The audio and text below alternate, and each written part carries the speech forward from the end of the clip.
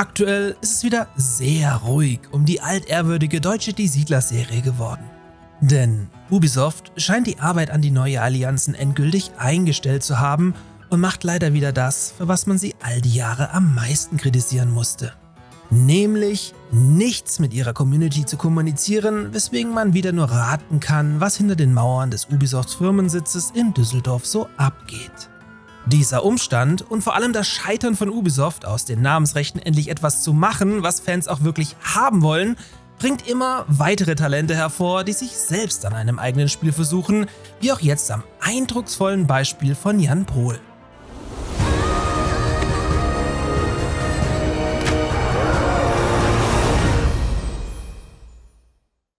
In gerade einmal 4 Monaten hat Jan Pohl, zu dem ich leider sonst nichts im Netz finden konnte, einen funktionierenden Die Siedler-Prototypen auf die Beine gestellt, welcher gleich in vielerlei Dingen mächtig beeindruckt.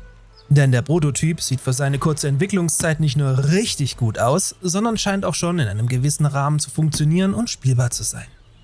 Wer jetzt aber insgeheim hofft, hier eine weitere Interpretation von Die Siedler 3 und 4 auf Basis der Unreal Engine 5 irgendwann zocken zu können, den muss ich leider gleich enttäuschen.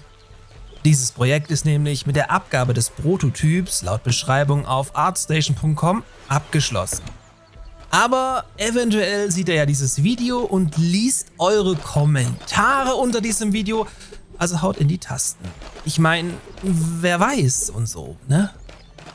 Wohl aus Zeitmangel hat sich Pohl hier für einen rudimentären Grafikstil entschieden, der damit aber den Originalen viel näher kommt als zum Beispiel The First Explorers, was aktuell ebenfalls auf Basis der Unreal Engine 5 entsteht, allerdings hierfür aus dem Vollen schöpft.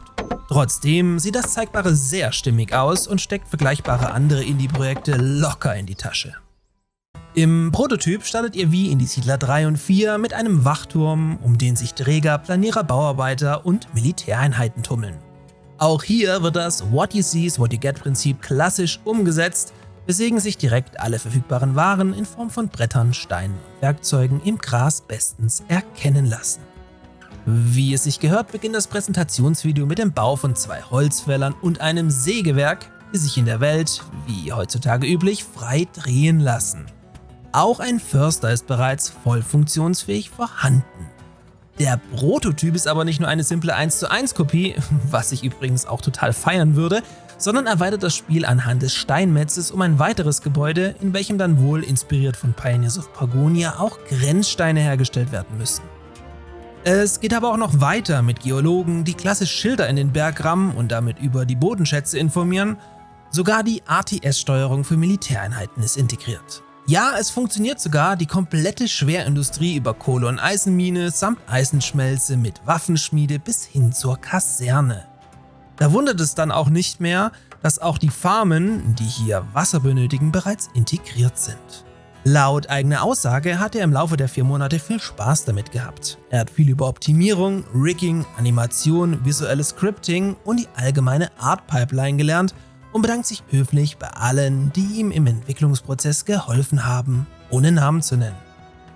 Ich weiß nicht, wie es euch geht, aber ich bin zutiefst beeindruckt davon und wollte es euch daher auch nicht vorenthalten. Den Link zu seinem ArtStation-Profil verlinke ich euch gern, mehr war leider, wie gesagt, nicht in Erfahrung zu bringen. Falls ihr Dev oder Publisher seid und nach Verstärkung sucht, schreibt ihn bitte an. Hier ist unter Umständen ein noch unentdecktes Talent versteckt.